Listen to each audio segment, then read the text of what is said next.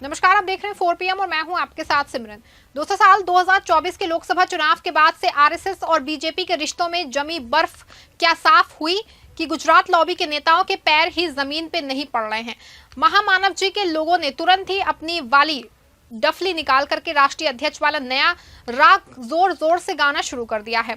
बड़ी खबर निकल के सामने आ रही है कि महामानव जी और उनकी लॉबी बिहार चुनाव से पहले ही नए राष्ट्रीय अध्यक्ष के पद पे बीजेपी की ताजपोशी कर देना चाहती है। कहा जा रहा है कि गुजरात लॉबी वाले यादव जी की शायद निकल पड़ी है और उनका नाम अंदर खाने में फाइनल हो चुका है। ऐसे में आरएसएस और बीजेपी के अचानक एक हो जाने से बीजेपी को नया राष्ट्रीय अध्यक्ष मिलने वाला है। और गुजरात लॉबी वाले यादव जी कौन है, ये सब कुछ मैं आपको अपनी इस रिपोर्ट में बताने वाली हूँ। साथ ही इस पे भी चर्चा करेंगे दोस्तों कि कैसे एक ही दिन में नए अध्यक्ष पद पे बड़ा खेल हो गया है। दोस्तों, बीजेपी के राष्ट्रीय अध्यक्ष का चुनाव बीरबल की खिचड़ी की तरह हो चुका है, जो हांडी पे चढ़ी तो है लेकिन पक के तैयार नहीं हो पा रही है, क्योंकि इस खिचड़ी को पकने की सबसे बड़ी बाधा जो है वो आरएसएस थी। आरएसएस किसी कीमत पे ये नहीं चाहती थी कि नया राष्ट्रीय अध्यक्ष गुजरात लॉबी का हो। इसके पीछे एक बड़ा लॉजिक था। वो कहावत है ना कि दूध की जली बिल्ली मट्ठा भी फूक फूक के खाती है, तो कुछ ऐसे ही आरएसएस के साथ था। क्योंकि पिछले बार आरएसएस ने राष्ट्रीय अध्यक्ष के नाम पे गुजरात लॉबी की पसंद पे अपनी मोहर लगाते हुए जेपी नड्डा को राष्ट्रीय अध्यक्ष बना दिया था। लेकिन जिस तरह से नड्डा अचानक पाला बदल के संघ का साथ छोड़ के अपने पीएम साहब के पाले में खड़े हो गए, इससे भयंकर तरीके से आरएसएस फंस गया है। और आपको बता दूं कि हद तो तब हो गई जब सार्वजनिक तौर पे नड्डा ये बयान देने लगे कि बीजेपी को अब संघ की कोई जरूरत नहीं है। ऐसे में संघ की ना सिर्फ भारी फजीहत हुई, बल्कि संघ को नड्डा के बयान पे यहां तक कहना पड़ा कि ये उनके परिवार का मामला है। लेकिन परिवार के अंदर तब से भयंकर वाली उठापटक शुरू हुई और इसके बाद से आरएसएस पूरी तरह से अड़ गया कि किसी भी कीमत पे गुजरात लॉबी का अध्यक्ष नहीं होना चाहिए। और अब 1 साल से ज्यादा का समय हो चुका है, लेकिन नया राष्ट्रीय अध्यक्ष नहीं बन सका। वैसे बीजेपी समय पे दावे करती है कि अभी राज्य के अध्यक्ष बनने का काम चल रहा है और इसके बाद राष्ट्रीय अध्यक्ष का नंबर आएगा। लेकिन सवाल यह है कि क्या कोई ऐसा भी राजनीतिक दल होगा जिसका राष्ट्रीय अध्यक्ष स्थायी ना हो। लेकिन खुद को दुनिया की सबसे बड़ी पार्टी कहने वाली बीजेपी पिछले 1 साल से अपने अध्यक्ष का नाम फाइनल नहीं कर पाई है। इसकी वजह सिर्फ और सिर्फ एक थी कि आरएसएस ने साफ कह दिया था कि इस बार कोई समझौता नहीं होगा। ऐसा नहीं है कि महामानव जी और उनकी पूरी लॉबी ने कोशिश नहीं की, लेकिन कुछ नहीं कर पाए और आखिर में मरते क्या ना करते की तर्ज पे वही हुआ जो अब दिख रहा है। आरएसएस के सामने पूरी गुजरात लॉबी दंडवत की मुद्रा में है और आखिर में महामानव जी और अपने चाणक्य ने हार मानते हुए एक बार फिर से आरएसएस से रिश्ता ठीक करने के लिए मेगा प्लान बनाया है। खबर देखिए, इस मेगा प्लान को लेकर के खबर भी मौजूद है। देखिए, साफ साफ लिखा है, आरएसएस से जुदा नहीं हो सकती है भाजपा, रिश्तों को रीसेट करने में जुटे पीएम मोदी और अमित शाह। आपको बता दूं कि खबर से ही बिल्कुल साफ है कि चाहे पीएम मोदी हो या अमित शाह, आरएसएस से रिश्तों को बहाल करना चाहते हैं। और इसकी एक बड़ी नजीर भी पिछले दिनों दिखाई दी। पहले तो अपने पीएम साहब ने लाल किले के प्राचीर आरएसएस को दुनिया की सबसे अहम संगठन बताया और फिर दूसरा बड़ा गेम ये खेला कि मोहन भागवत के जन्मदिन पे एक ऐसा लेख दिया जिसमें मोहन भागवत को एक महामानव के रूप में उकेरे जाने की कोशिश की गई और इसका सबका जो एक पॉजिटिव रिजल्ट भी आया है।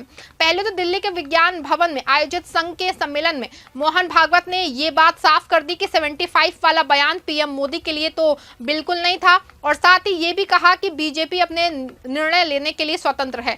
इस पूरे मामले से एक बड़ा संदेश जो निकल के आया है वो ये है कि शायद गुजरात लॉबी और संघ के रिश्ते शायद सही होने शुरू हो गए हैं। इसके बाद पीएम साहब के लेख को देखते हुए पूरी लॉबी जय भागवत जय आरएसएस के नारे लगाने लगी। मतलब कि अमित शाह से लेके जेपी नड्डा तक ये कहने लगे कि संघ बहुत अच्छा है, संघ के फैसले बहुत अच्छे हैं। और अब अंदर खाने की खबर है कि आरएसएस और गुजरात लॉबी के रिश्ते एक बार फिर से बहुत अच्छे हो गए हैं। लेकिन महामानव जी की लॉबी ने जैसे ही रिश्ते सही हुए अपने राष्ट्रीय अध्यक्ष वाला दाव फिर से खोल दिया है।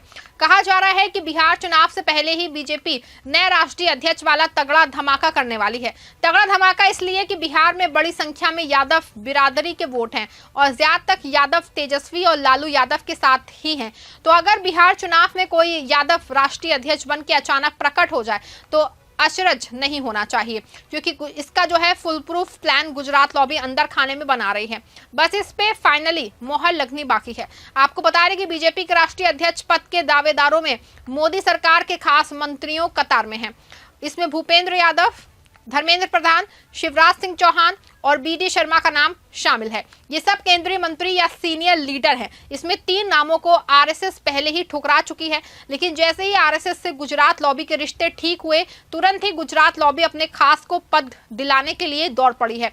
बता दूं आपको कि नंबर 1 पे भूपेंद्र यादव का नाम चल रहा है। उनका गुजरात लॉबी से तगड़ा वाला कनेक्शन रहा है और संघ के भी बहुत करीबी बताए जाते हैं। वो आरएसएस के इवेंट्स में स्पीच देते रहते हैं। ऐसे में साफ है कि अगर वो अध्यक्ष बने तो हिंदुत्व और डेवलपमेंट का अच्छा मिक्स मिलेगा। वैसे दोस्तों आपको बता दें कि यादव जी हरियाणा के हैं, लेकिन बीजेपी में गुजरात लॉबी के साथ काम करते हैं। उन्होंने लेबर रिफॉर्म्स पे काम किया है। ना सिर्फ वो संघ को खुश करने में बहुत माहिर है, बल्कि बिहार चुनाव में वो लंबा खेल भी करने की ताकत भी रखते हैं। दूसरा नाम धर्मेंद्र प्रधान का है। वो एजुकेशन मंत्री हैं और गुजरात लॉबी के बहुत करीबी बताए जाते हैं। साल 2019 में ओडिशा की जीत में धर्मेंद्र प्रधान का बड़ा हाथ था। आरएसएस के कल्चरल एजेंडे को सपोर्ट करते हैं। गुजरात लॉबी में शाह के भरोसेमंद हैं। वैसे तो ये आरएसएस के सम्मान करते हैं, लेकिन मूल रूप से वो गुजरात लॉबी के आदमी माने जाते हैं। दावेदारों में तीसरा नाम शिवराज सिंह चौहान है। वो मोदी सरकार के एग्रीकल्चर मंत्री हैं। मध्य प्रदेश में अकेले 4 बार सत्ता दिलाने और मुख्यमंत्री रहने का उनको गौरव प्राप्त है, लेकिन जिस तरह से उनको सीएम की कुर्सी से हटा के केंद्र में लाया गया है, वो गुजरात लॉबी से बहुत खुश नहीं होंगे। लेकिन एक बात साफ है कि वो आरएसएस के पक्के सिपाही हैं। माना जाता है कि अगर प्रेसिडेंट बने तो ग्रामीण भारत का फोकस बढ़ेगा। बता दूं आपको कि राष्ट्रीय अध्यक्ष के दावेदारों में चौथा नाम बी.डी. शर्मा है। ट्राइबल आउटरीच में मास्टर हैं। 2023 में छत्तीसगढ़ में बीजेपी को 54 सीटें जिताई। संघ के ट्राइबल विंग से जुड़े हैं।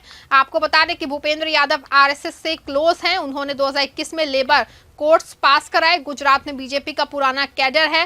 धर्मेंद्र प्रधान ओडिशा के बड़े चेहरे हैं। उन्होंने पेट्रोलियम मंत्री के रूप में अच्छा काम किया। शिवराज चौहान एमपी में लंबे समय सीएम रहे। उन्होंने लाडली लक्ष्मी योजना चलाई।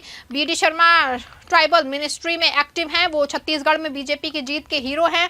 ये चारों गुजरात लॉबी की पसंद है। लेकिन दोस्तों आरएसएस किस पे मोहर लगाएगा, ये अपने आप पे बहुत बड़ा सवाल है। दोस्तों खबर है कि सब कुछ 10 से 15 दिन में सब कुछ फाइनल हो ही जाएगा और बिहार चुनाव से पहले बीजेपी को नया अध्यक्ष मिल जाएगा। और ये भी बहुत हद तक तय है कि बीजेपी यादव कार्ड ही खेल देगी, क्योंकि ये कार्ड बिहार के बाद यूपी समेत सभी हिंदी भाषा राज्यों में काम आने वाला है। एक और जहां इसमें तेजस्वी के मूल वोट बैंक में सेंधमारी हो सकती है, वहीं दूसरी ओर अखिलेश यादव के पीडीए पे भी सवाल खड़ा हो सकता है। पूरे मामले पे आप क्या सोचते हैं, कमेंट में जरूर बताइएगा। इस खबर को लाइक और शेयर भी करिएगा।